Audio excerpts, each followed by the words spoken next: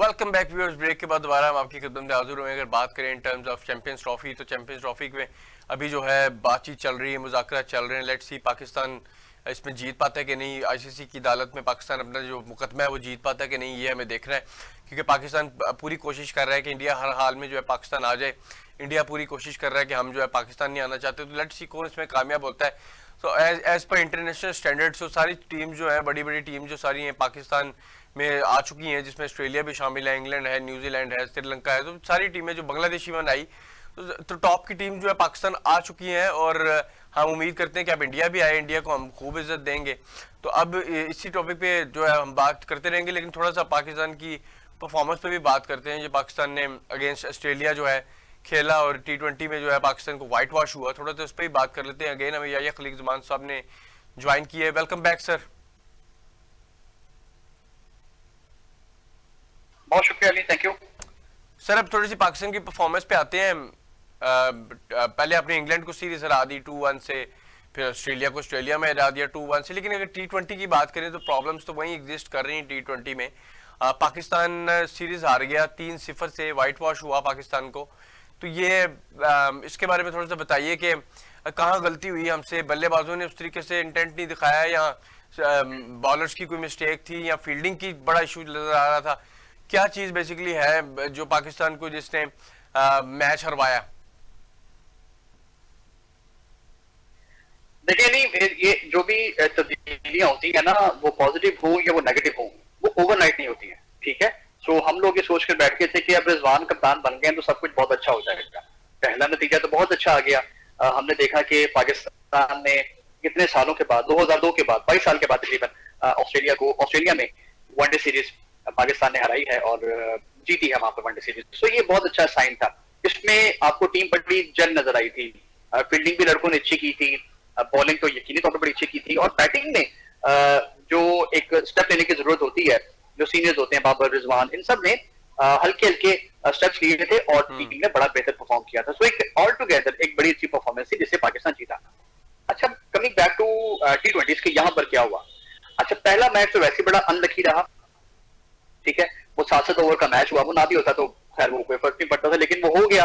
उसमें मैक्सवेल का गत्ता चल गया और मैक्सवेल ने जनाब वहां पर मार को दिया। अब 7 ओवर्स की गेम में कोई एक बैट्समैन चलता है, वो चल गया, उसने मार दिया, वो मैच खत्म हो गया। अलबत्ता दूसरे मैच की अगर हम बात करते हैं तो स्कोर चेजेबल था। पाकिस्तान ने फील्डिंग बहुत खराब की, नंबर 1। इसके बावजूद 147 तक, हाँ 6 मेरे ख्याल 7 है, लेकिन चलो 6 या 7 पे भी इट्स इनफ कि आप एक 20 ओवर्स की गेम में अगर आप 6 कैचेस भी छोड़ देते हैं तो आपको वैसे कुछ और भी करना चाहिए काम फील्डिंग के अलावा।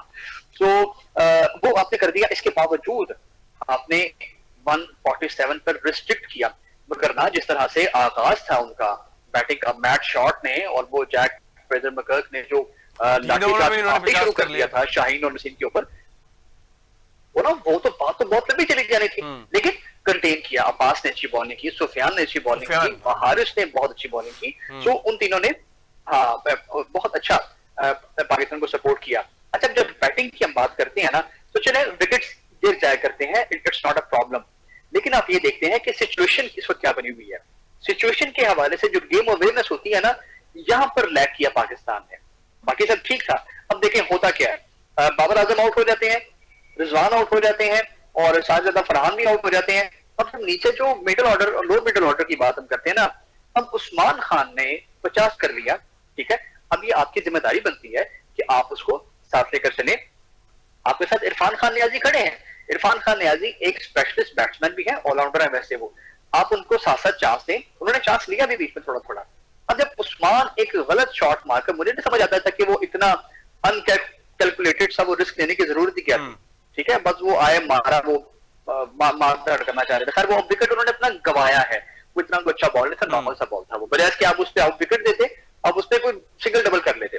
खैर अब जब वो आउट हो जाते हैं, सलमान अली आगा को बहुत अच्छा बॉल पड़ गया, बिल्कुल वो टेस्ट मैच लंच में उसने बॉल किया स्पेंसर जॉनसन ने, और वो जनाब उनका एज लग गया। तो अच्छा बॉल हो जाना कोई मसला नहीं है। अब प्रॉब्लम ये है कि इरफान मौजूद हैं क्रीज पर, सामने आते हैं शाहीन शाह अफरीदी। ठीक है, अब शाहीन शाह अफरीदी बजाय इसके कि वो स्ट्राइक देते हैं इसको इरफान को कि इरफान तुम आप ट्राई करो, वो अपनी 18 की स्ट्रोकिंग के चक्कर में आउट हो वो गए। अपने, ठीक है, आउट हो गए हैं। नसीम शाह आते हैं, नसीम शाह भी यही आकर काम करते हैं। भाईजान आपका बुनियादी काम है बॉलिंग करना, आप बॉलिंग में हीरो बने, आपको लगा फेंटा शुरू के ओवर में, ठीक है, अब आप उसको जस्टिफाई करने के लिए अजीब कहते हैं हम 2-4 छक्के मार के हीरो बन जाएंगे। यहाँ बात हीरो बनने की नहीं है, ये एक ऐसा एलिमेंट है हमारे क्रिकेट प्लेयर्स के अंदर, हमारी टीम के अंदर, कि हम सबको हीरो बनने का शौक है। मैं आपको बता रहा हूँ, ये बात आप लिख कर रख लेंगे, इस पर बड़ी बहस होनी आने वाले दिनों में, कि हीरो बनने का शौक है हमें। अवेयरनेस ये कहती थी कि एडम जैम्पा एक लेग स्पिनर है बड़ा तगड़ा ऑस्ट्रेलिया का, और शाहीन शाह अफरीदी एक बॉलर है, ठीक है, आप सिंगल लेकर सामने वो खड़ा है इरफान नियाजी, उसके सामने खड़े खड़े 3 आउट हो गए हैं। अब जो उसने उसके बाद आकर वो नेथन एलायस को उसने जो स्कोर मारा है, दो चौके छक्का मारा है, और जो दूसरे बॉलर्स को, ठीक है, जब उसने स्कोर कर दिया, इट मींस कि उसके पास शॉट्स हैं, उसके पास पावर भी है। ये मैच तो 17वें ओवर शायद जाना ही नहीं था, जितने आउट हो गए थे पाकिस्तान के, लेकिन वो आखिरी ओवर तक ले गया और 15 रन तक उसने इसको मिनिमाइज भी कर दिया कि 15 रन तक हम इसको लेकर जाते हैं। अब यहाँ पर तो अवेयरनेस की बात थी ना, यही अगर आपने उसको पहले 1 ओवर दिए होते, शाहीन ने सिंगल दिया होता उसको, या नसीम ने उसको सिंगल दिया होता, तो ये मैच को ले गया हुआ था, ठीक है। सो यहाँ पर बात आई गेम अवेयरनेस की।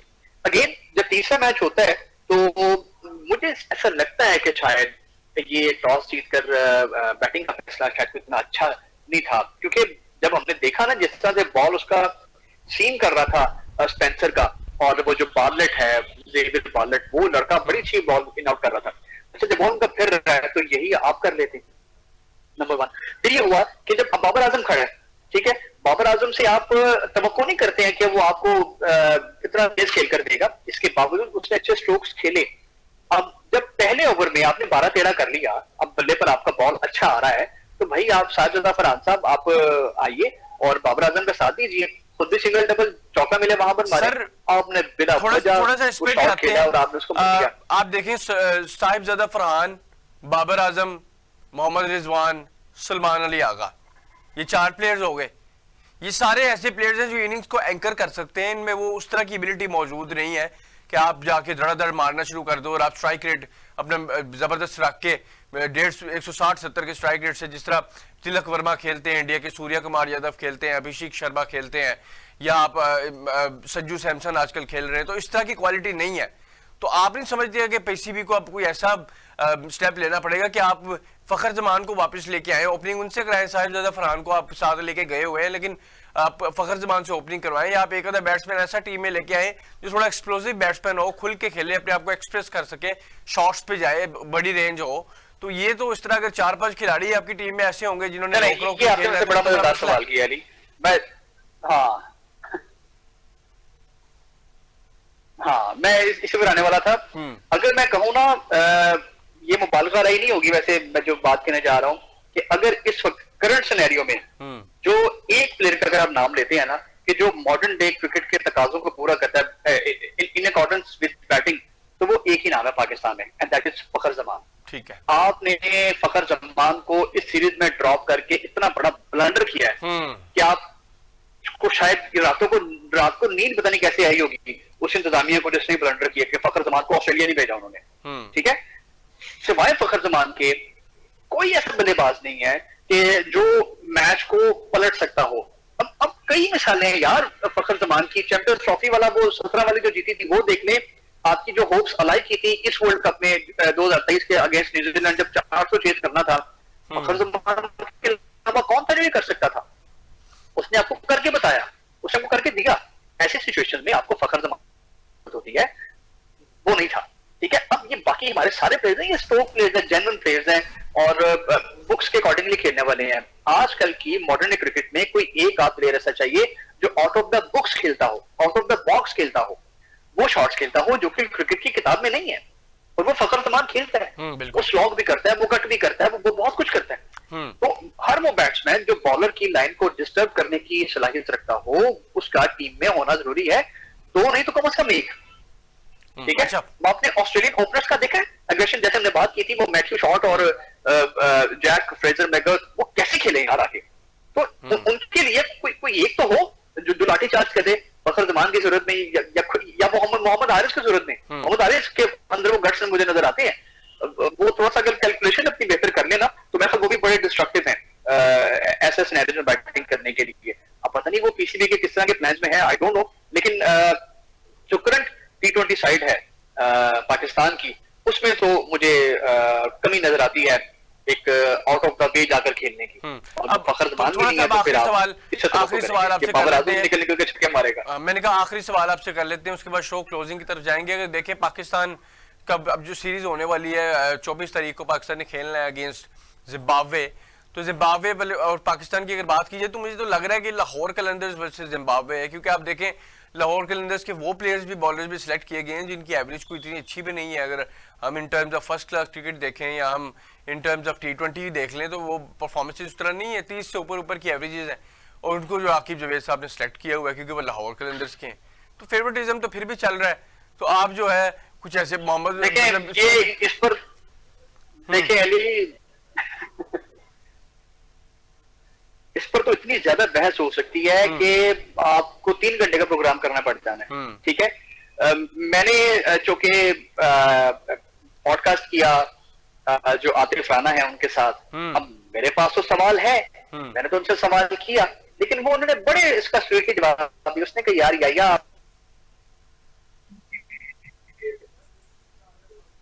हमारा असर रसूख होता है। मैंने उससे साफ सवाल किया था कि जो असर रसूख होता है ना आपका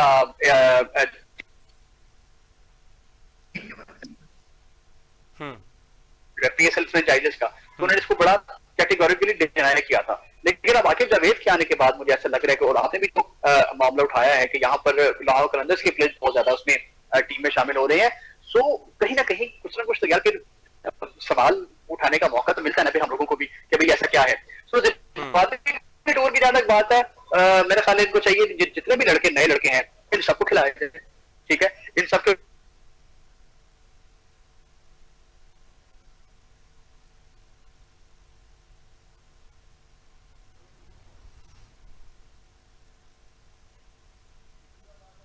जी बहुत बहुत शुक्रिया। हमारे साथ यहिया खलील ज़मान साहब जो है मौजूद थे, उन्होंने वैल्यूएबल एडिशन किया प्रोग्राम में। तो नाज़रीन अगर बात करें हम पाकिस्तान की चैंपियंस ट्रॉफी का, आपको बताया है लेट्स सी अब मतलब एक हफ्ते में मोस्ट प्रोबेबली 6-7 दिनों में ये जो ऊंट की करवट बैठने वाला है, ये सारी चीज़ें जो सूरत हाल है आपके सामने आ जाएगी और फाइनली हमें पता चल जाएगा कि क्या डिसीजन होने वाला है और पाकिस्तान इसमें किस हद तक कामयाब होता है। लेट्स सी, ये इसकी अपडेट्स आपको गाए बगाए वो देते रहेंगे। और अगर बात करें हम फर्दर मोर आगे थोड़ा सा चलें तो पाकिस्तान को अब जिम्बाब्वे के साथ अपनी T20 और वनडे सीरीज खेलनी है और पाकिस्तान को ये सीरीज भी जीतनी चाहिए क्योंकि मोस्ट प्रोबेबली यंग प्लेयर्स जो है उसमें शामिल है, जो सीनियर प्लेयर्स हैं उनको रेस्ट दिया गया है और यंग लॉट है। लेट्स सी ये पाकिस्तान न्यूजीलैंड में जिम्बाब्वे में जाके किस तरह के इंटेंट शो करते हैं। आई होप कि पाकिस्तान टीम अच्छा परफॉर्म करे और साबित करे कि हमारी जो बेंच स्ट्रेंथ है वो भी इम्प्रूव्ड है और अपने आप को प्रूव करें जाके कि स्ट्रॉन्ग है, बेंच स्ट्रेंथ भी अच्छी है। तो आगे अगर फर्दर मोर चले तो अब जो ऑस्ट्रेलिया की और इंडिया की जो रिवलरी है उसका भी आपको पता है, टेस्ट सीरीज जो है 5 टेस्ट मैचेस की सीरीज जो है उसका आगाज होने लगा है 24 तारीख से, तो उसका भी हमें देखना है, उस पर भी अपडेट्स आपको देंगे। तो लेट्स सी जी, अब basic all eyes on the champions trophy कि इसका क्या बनता है। 6-7 दिनों में जो है सूरत हाल और ज़रा क्लियर हो जाएगी तो हम बेहतर पोजीशन में होंगे आप तक कोई बेहतर या बेहतरीन न्यूज़ ब्रेक करने में। मोस्ट प्रॉब्ली पाकिस्तान में इंडिया आनी चाहिए क्योंकि पाकिस्तान भी वहाँ पे गया था और लेट्स सी कि अब इसमें क्या होता है। तो हम जो है इसी नोट्स पे, हाई नोट्स पे प्रोग्राम जो है अपना इख्तिताम करेंगे। हम नए प्रोग्राम में नए गेस्ट के साथ दोबारा आपकी खिदमत में हाजिर होंगे। तब तक के लिए अपने मेज़बान अली अजमत को दीजिए इजाज़त। अल्लाह हाफिज़। पाकिस्तान जिंदाबाद।